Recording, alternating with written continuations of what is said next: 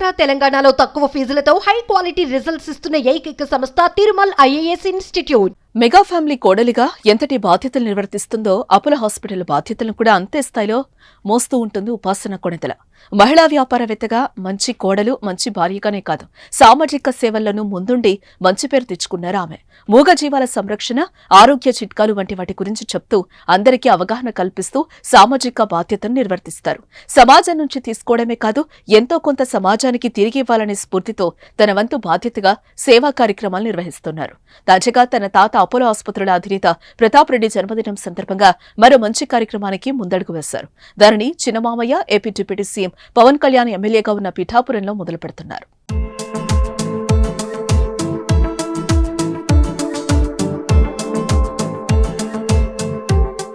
చాలా మంది మహిళలు గర్భధారణ సమయంలో అవగాహన లేకపోవడం, సరైన ఆహారం తీసుకోకపోవడంతో ఆరోగ్య సమస్యలు ఎదురవుతున్నాయి.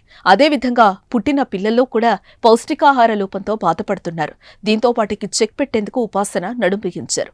ప్రసూతి, శిశు మరణాలు లేకుండా జాగ్రత్తలు తీసుకోవటం, గర్భం దాల్చినప్పటి నుంచి ప్రసవం అనంతరం మహిళలు చిన్నారులకు పౌష్టికాహారం అందించాలని ముందుకొచ్చారు. అంతేకాదు మహిళా సాధికారతలో భాగంగా ఆర్థికంగా నిలదొక్కునేందుకు నైపుణ్యాల పెంపుదలపై అవగాహన కల్పించనున్నారు.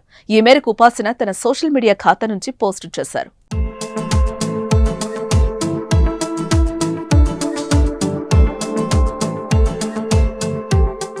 మీ అందరి ఆశీర్వాదంతో ఆరోగ్య సాధికారత తల్లులు, చిన్నారులను తయారు చేస్తాం.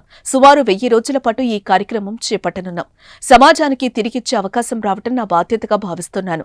మహిళలు ఆరోగ్యంగా ఉండాలి, వారి పిల్లలు సంపూర్ణ పోషణ అందిపుచ్చుకోవాలి. ఈ లక్ష్యంతోనే మా ప్రయాణం మొదలైంది. తొలుత పిఠాపురంలో ప్రారంభం కానున్న ప్రాజెక్ట్ తర్వాత మరిన్ని ప్రాంతాలకు విస్తరిస్తాం అని అన్నారు.